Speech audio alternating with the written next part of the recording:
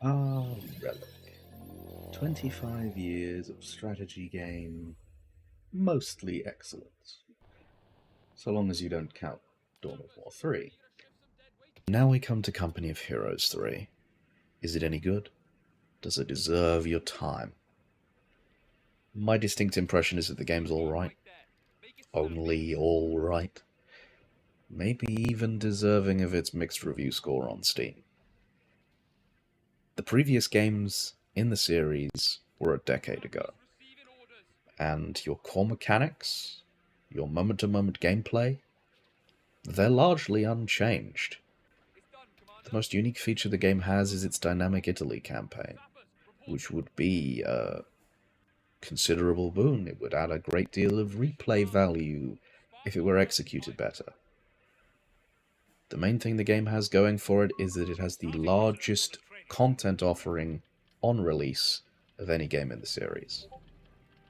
But it is down to you how much you believe that mediocrity is worth. TLDR, if you enjoy Company of Heroes and you want more of the same, it will certainly sate the appetite. I would recommend at the very least waiting until the game is on sale or until the developers have made their post-launch plans clearer than a vague commitment of more content to come. If you've never played Company of Heroes before and would like to play a tactical, micro-heavy World War II real-time strategy game, I'd recommend getting either of the other games first. They'll be about the same in terms of gameplay, and they'll be a world cheaper. Let us get into the detail, starting with presentation and performance. The game doesn't look bad in any particular respect, but there was a distinct impression of the whole package feeling somewhat subpar. There was no point at which I was wowed by the game. No point at which it felt it stepped up in its presentation and overshadowed its predecessors. Indeed, there are some aspects that felt like a step down, or a sidestep in comparison to prior games in the series. Visually is probably where the game is strongest. It's fine. Units are fairly distinct in the vast majority of cases. Even on the desert maps, I didn't have any trouble identifying the desert camouflage vehicles of the Africa Corps.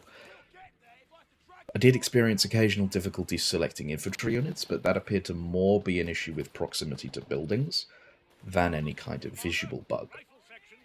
None of the units really stand out as a pinnacle of visual or design excellence, but it should be borne in mind there's only so much you can do with vehicles, weapons, and uniforms that no doubt we've all seen countless times before.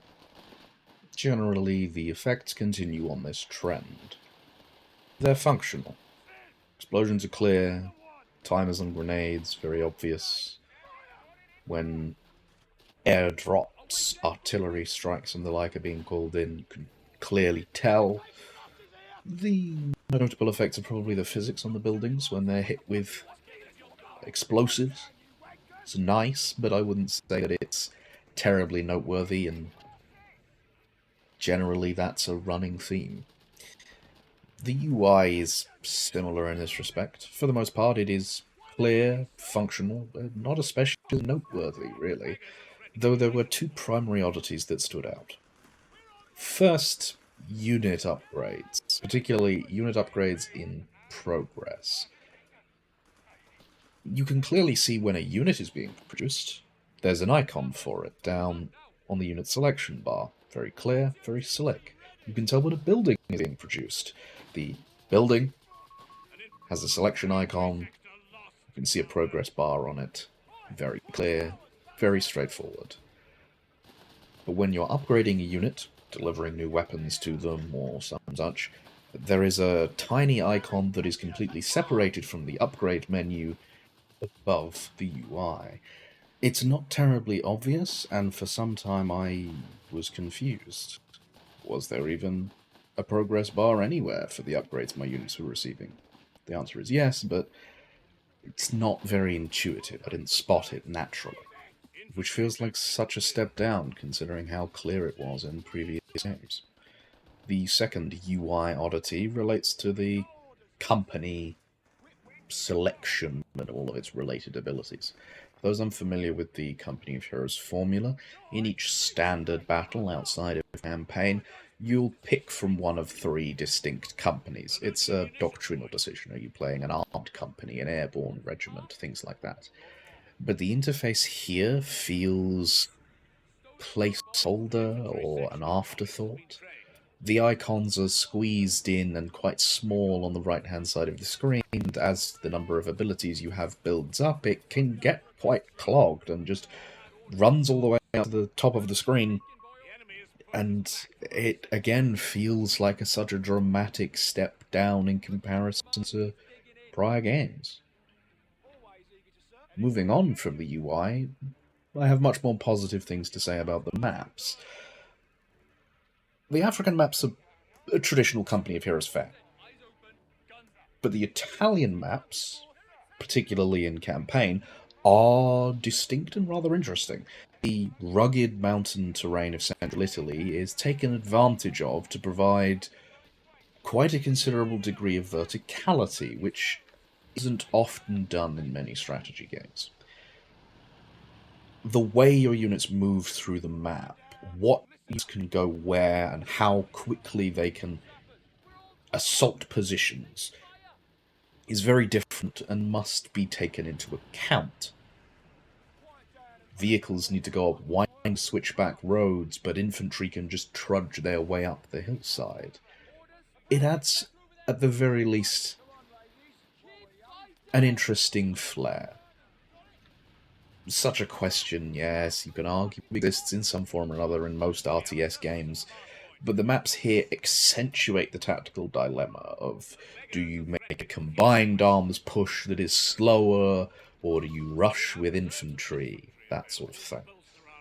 And it does help to make infantry that little bit more core to your play, particularly in the later stages of a match, where it can just turn into an armoured slugging match. Sound is much more of a mixed bag. Voice acting is, once more, functional. Wouldn't say at any point I was shocked or bemused by any of the quality of the voice acting, and indeed there were occasional touches I did appreciate. Desert tank crews grumbling about the ferocious heat, that sort of thing. It's nice. The series has never been known for its voice acting. The most notable things in the previous games are joke lines where units get annoyed at your incompetence. You can find numerous compilations of them on YouTube. But I didn't notice any such lines in my 50 or so hours of playtime. Doesn't mean they don't exist here, but didn't notice them. But we shouldn't expect homeworld. The music isn't bad. I would argue gets grating through repetition. Much of the soundtrack is clearly a Dunkirk-inspired tense affair. Wouldn't say they were terribly standout or memorable tracks that come to mind, merely a slow, grinding tension. If this is what they're going for, they've certainly hit the mark. Where my major complaints lie is more in the combat soundscape that feels almost kind of unpredictable, and it feels somewhat random, the quality of the sound effects for different units and equipment. Infantry grenades, for the most part, have a good sharp crack, obvious visuals. Standard mortars sound like a smoke round going off even when it's high explosive. Heavy mortars, such as those used by the Indian Artillery Company for the British, have much better sound and visual effects, so maybe it is a bug with their smoke rounds. I'm not certain. Heavy artillery has its own issues. Not the thunder of the gods explosive effect of the earlier games, but you still get a decent thump. However, the artillery pieces firing off screen, they can have very good sound effects, and the distant boom of an artillery gun can warn you of 105mm of impending discomfort, but the sound effects for artillery guns firing on screen are more muted and less impactful. Some of them, with certain units. This is a general theme that runs through the combat soundscape. You'll learn to recognize individual things. Clarity's not the issue, but so many things feel off. Uh, Machine guns are rather quiet, but things like the 17-pounder have sound effects that absolutely hit the mark and make it very satisfying to punch a fist-sized hole through some German armored monstrosity. Overall, the game's presentation just leaves a curious taste in the mouth.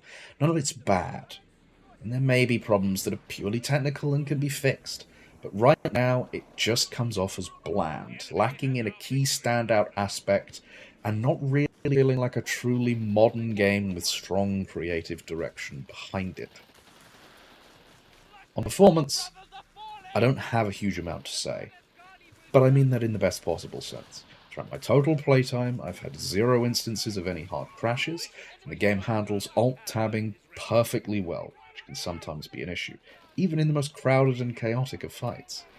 I didn't experience issues, frame drops, or lag that affected the game.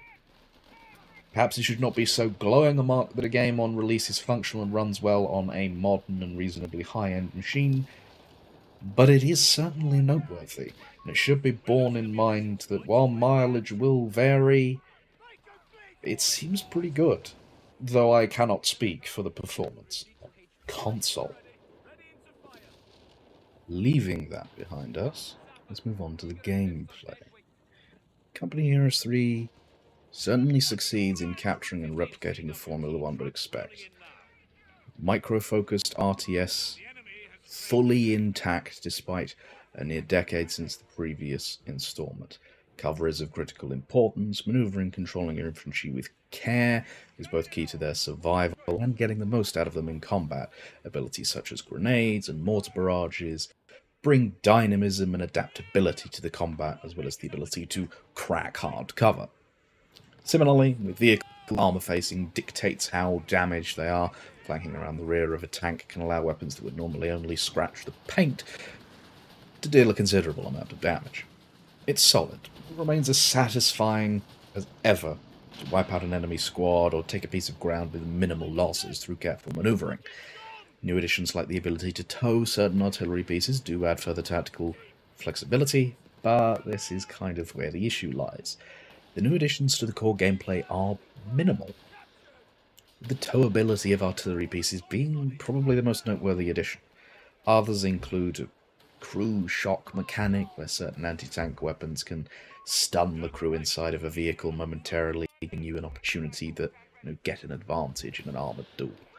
Beyond small additions like these and things like infantry can ride on the back of tanks, but when the tank starts shooting, they jump off.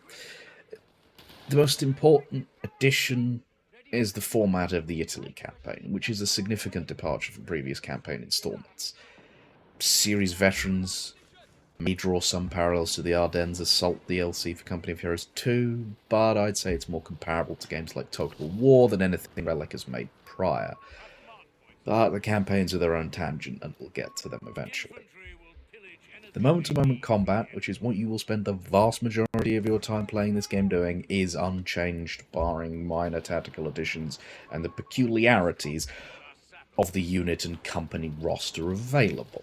It's not strictly a bad thing, but it's probably becoming a running theme. This feels markedly strange. Technology has come so far in the past 10 years, but Company of Heroes remains almost identical. Perhaps the focus on the development was with the campaign, but if you leave the core gameplay exactly as you expect it to be, whether that's good or bad, that's up to you. There are, however, some quality of life improvements I absolutely should mention and give credit where credit is due.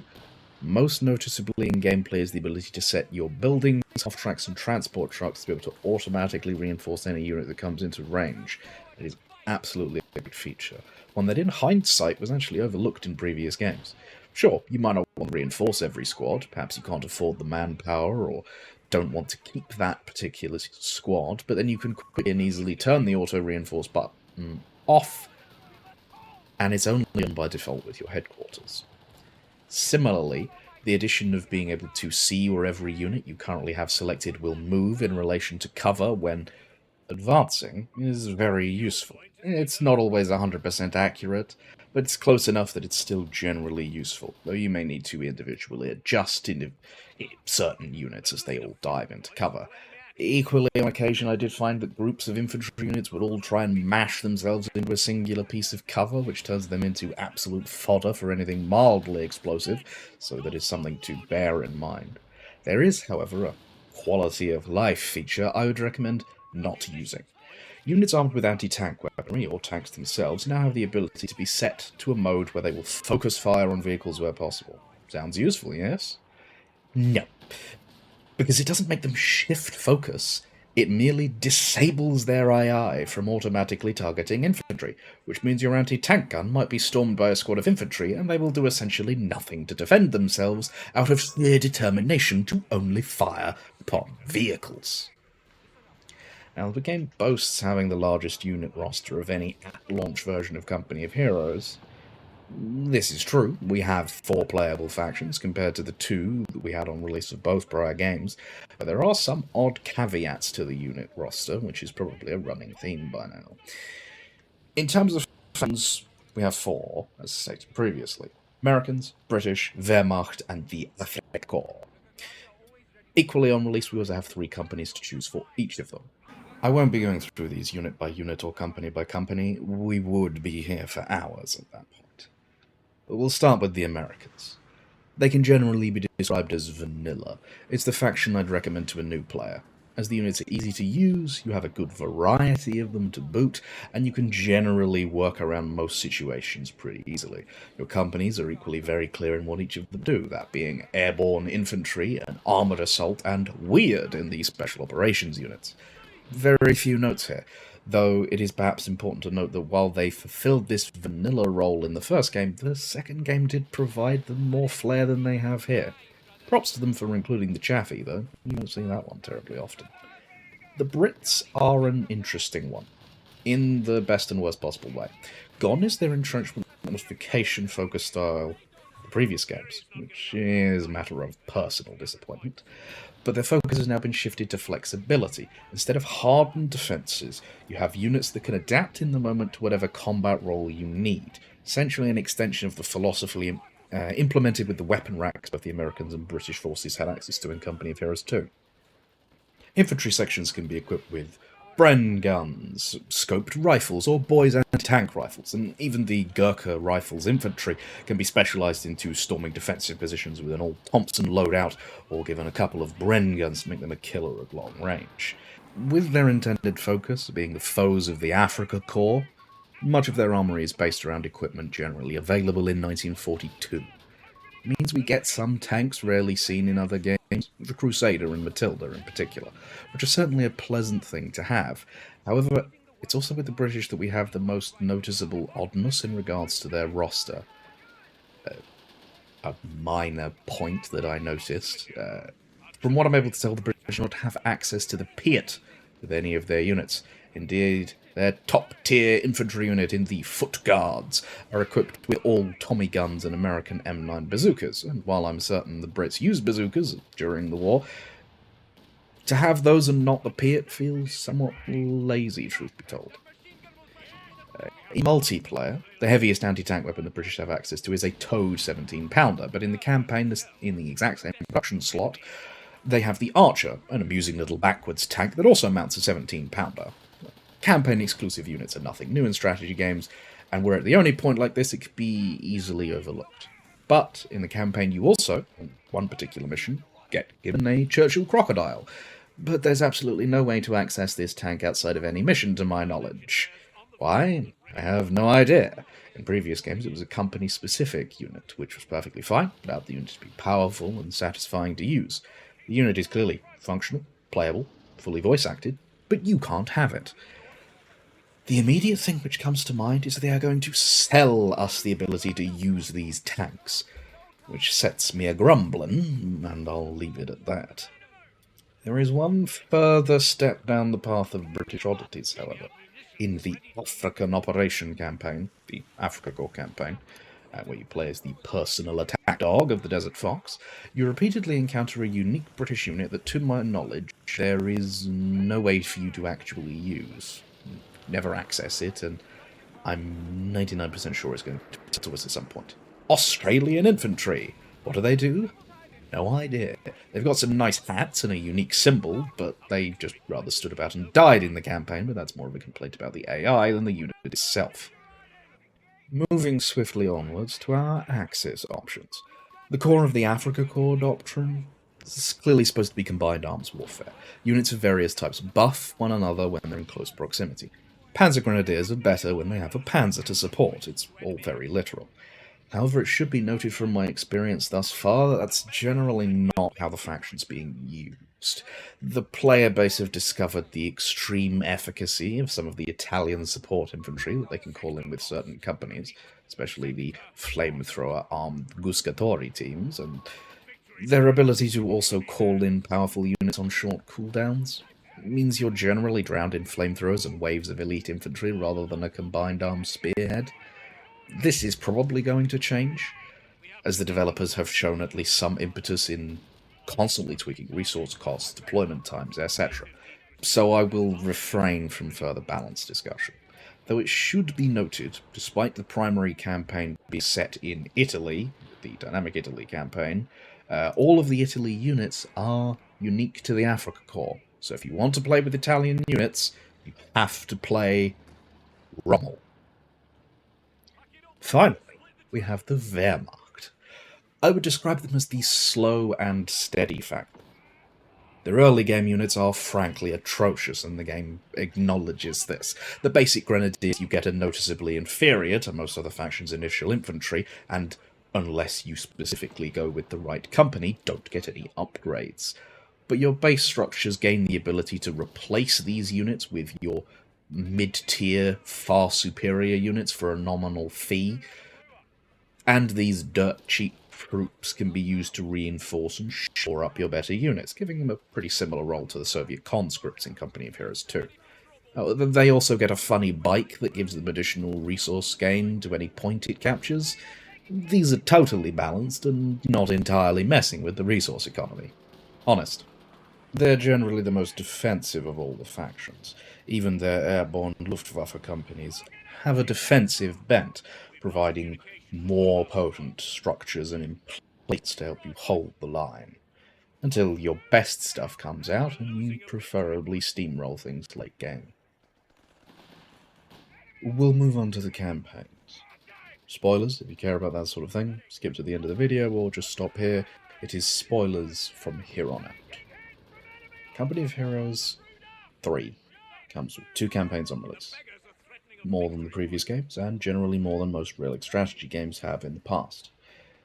Whilst this initially appears to be a veritable surfeit of content, I would say that it's less than you'd think.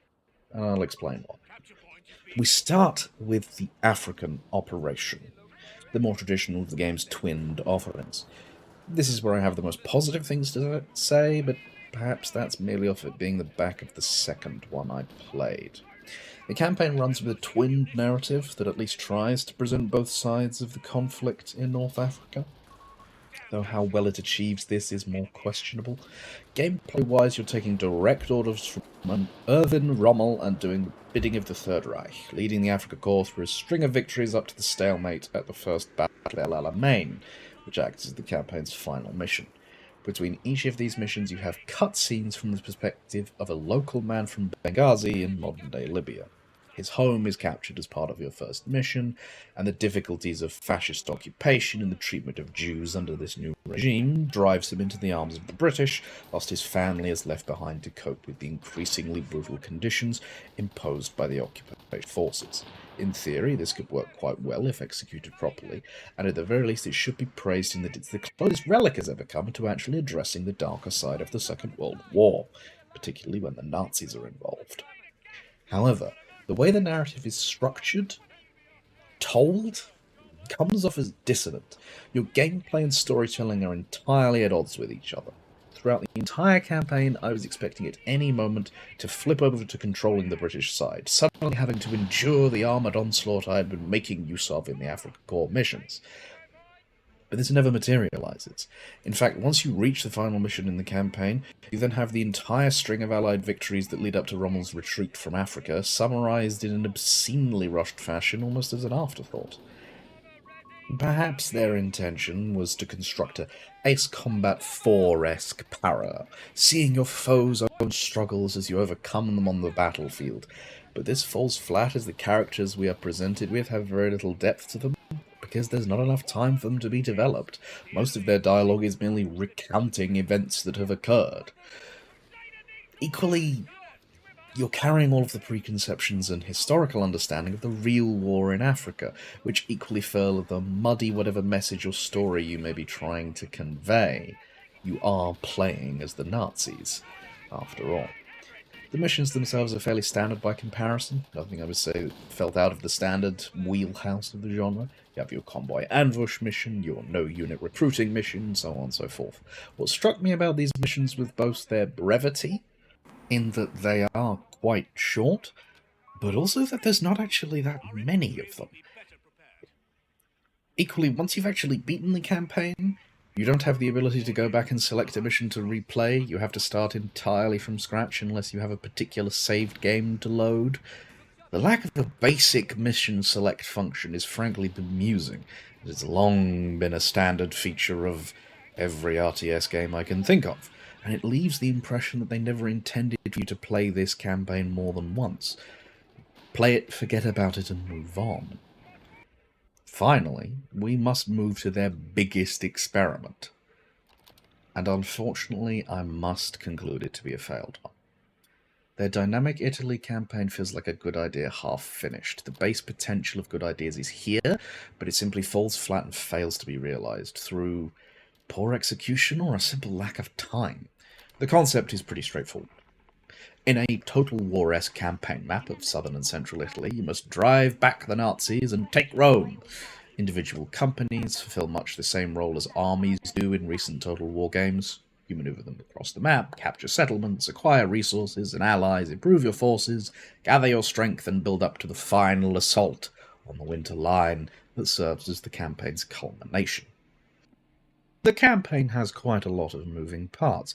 You can command fleet elements to provide coastal support, deploy air units from airfields that you've captured, or aircraft carriers to drop supplies, move paratroopers, or bomb enemy positions. You could even set up defensive emplacements intended to wear down enemy forces if they advance into your territory, and slow them down as they're forced to destroy each emplacement one by one. In theory, it's quite a neat little package. The problem is that you don't actually need to engage with the vast majority of these features to actually succeed.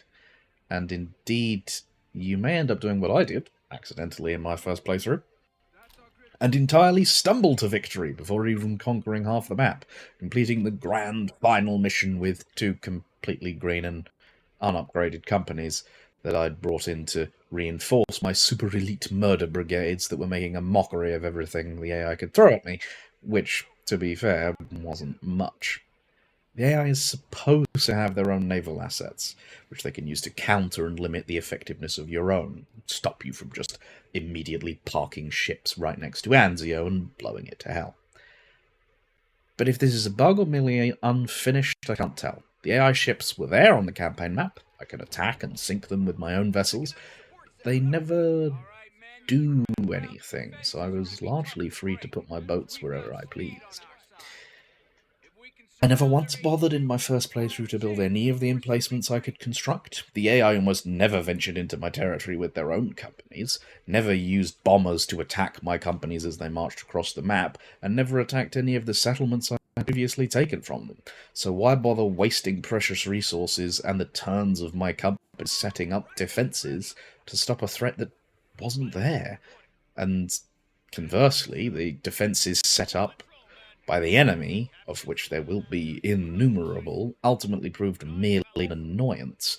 You can move your companies past them, and they'll take some damage, but every company has an innate ability to restore its own health to full at the cost of some manpower, and there didn't appear to be any discernible effects in battle for a company being low on health.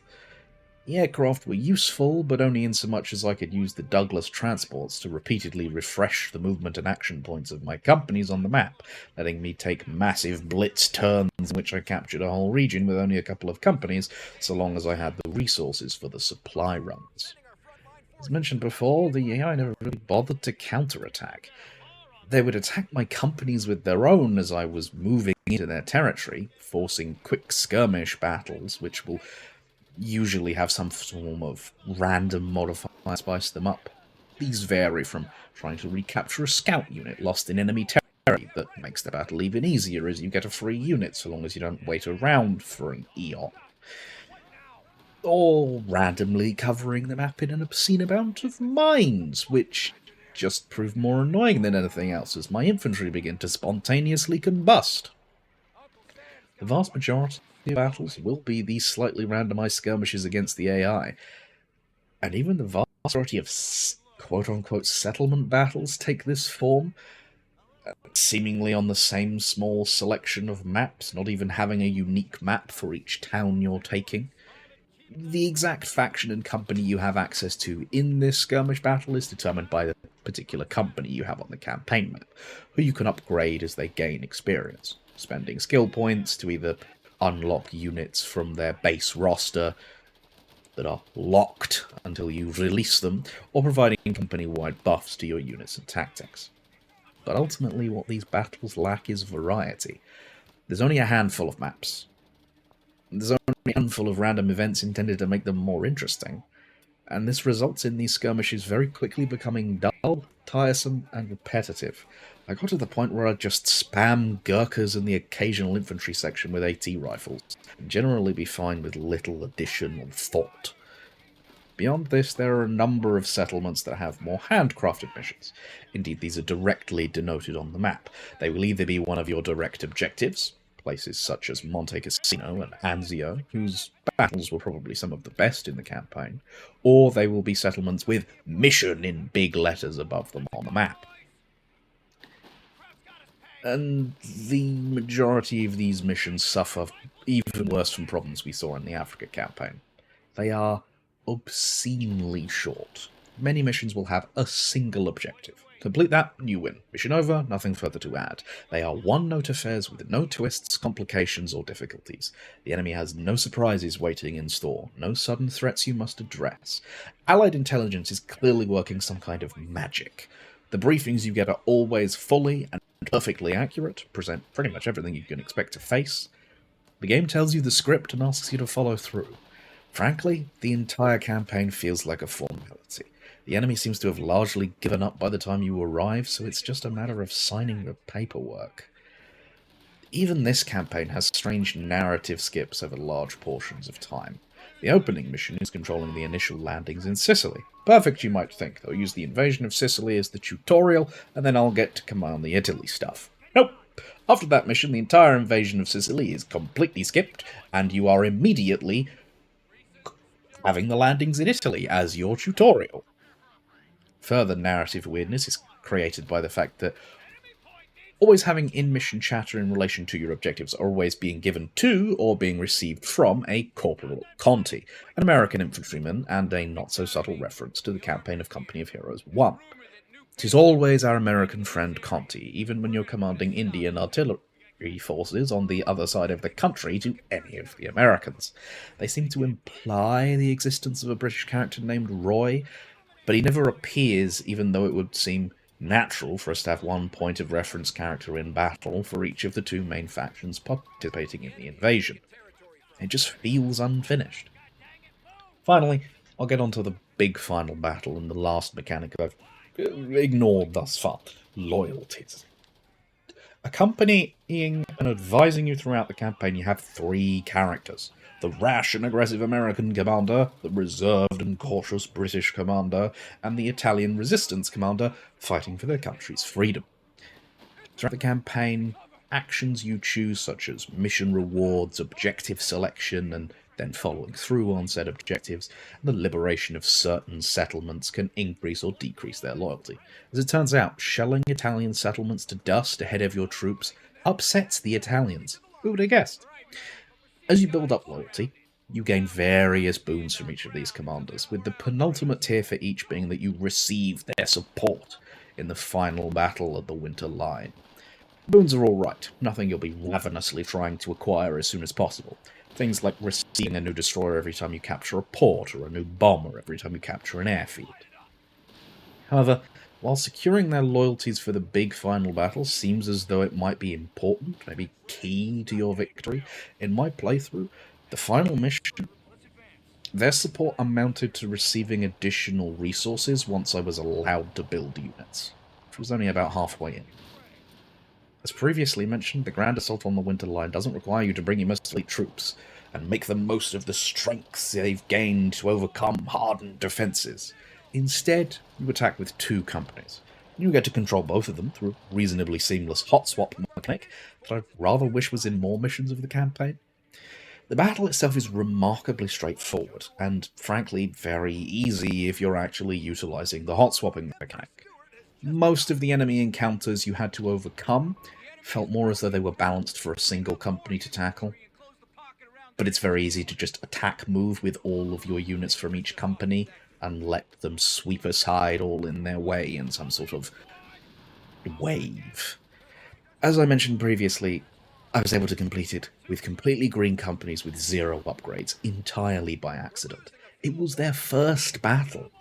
It was neither a test of my skill nor of the upgrades I had acquired, and it felt like a very sudden and underwhelming end to a long but tedious campaign. Maybe they'll learn from this, and we get a more polished version in the future. Maybe they'll fix things that, hopefully I'm assuming, are bugs, and complete half-thought features, and turn it into something worth coming back and replaying time and again.